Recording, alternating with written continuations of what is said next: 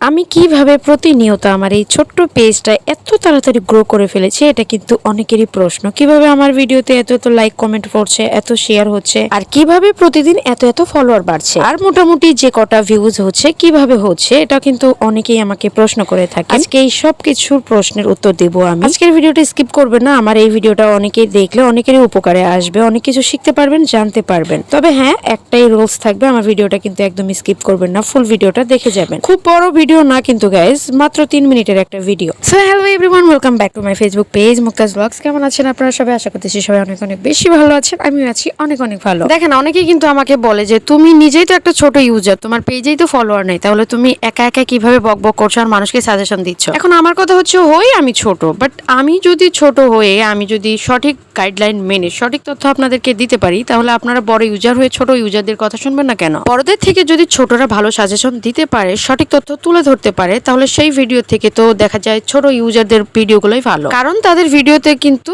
সঠিক তথ্যগুলাই থাকে। এই যেমন ধরেন, সচরাচর আপনারা খেয়াল করলেই দেখতে পারবেন যে বড় বড় যারা ইউজার আছে, এরা দু একটা ভিউ কামানোর জন্য কিন্তু ভুলভাল তথ্য তুলে ধরে ফেসবুকের সামনে, যেটা কিনা নতুন ইউজাররা ওই মোতাবেক চলতে গেলে দেখা যায় তাদের ভিডিওতে বিভিন্ন ধরনের সমস্যা দেখা দেয়। তো আমি বলবো যে আপনার পেজে লাখ লাখ ফলোয়ার থেকে লাভ কি, যদি আপনি নতুনদেরকে সঠিক তথ্য না দিয়ে ভুল তথ্য দেন। তো আপনি যদি ভুল তথ্য দিয়ে দুই একটা ভিউ কামাতে পারেন মানুষকে বিভ্রান্ত করে, তো সেক্ষেত্রে আমি বলবো যে ছোট ইউজার হিসাবে আমি যে সঠিক তথ্য দিচ্ছি, আমার কাছে এটাই অনেক। আজ পর্যন্ত আমি যে ফেসবুক রিলেটেড ভিডিওগুলো আপলোড দিয়েছি, কেউ কেউ কখনো আমার ভিডিওর কমেন্ট বক্সে এসে বলেছে যে দিদি তোমার এই কথাটা ভুল হয়েছে, তোমার এই কথা মোতাবেক চলতে গিয়ে আমার ভিডিওতে ইস্যু চলে এসেছে, আমার পেজের কোনো ক্ষতি হয়েছে? আজ পর্যন্ত কিন্তু এরকম আমি কোনো কমেন্ট দেখি নাই। তাহলে এখান থেকে কিন্তু আমার কনফিডেন্ট লেভেলটা আরো দ্বিগুণ বেড়ে যায়, কাজ করার জন্য আমি আরো উৎসাহিত হই। আমি আজ পর্যন্ত এমন কোনো অশ্লীল ভিডিও বানাই নাই যেখানে মানুষ আমাকে ব্যাড কমেন্ট করবে, আর যে কমেন্টগুলো দেখে আমি একদম ভেঙে পড়বো। আমি ওই ধরনের ভিডিও কখনোই বানাবো না যাদের একটা কমেন্টই আমাকে অনেকটাই হার্ট করে ফেলবে, কারণ আমি তো জানি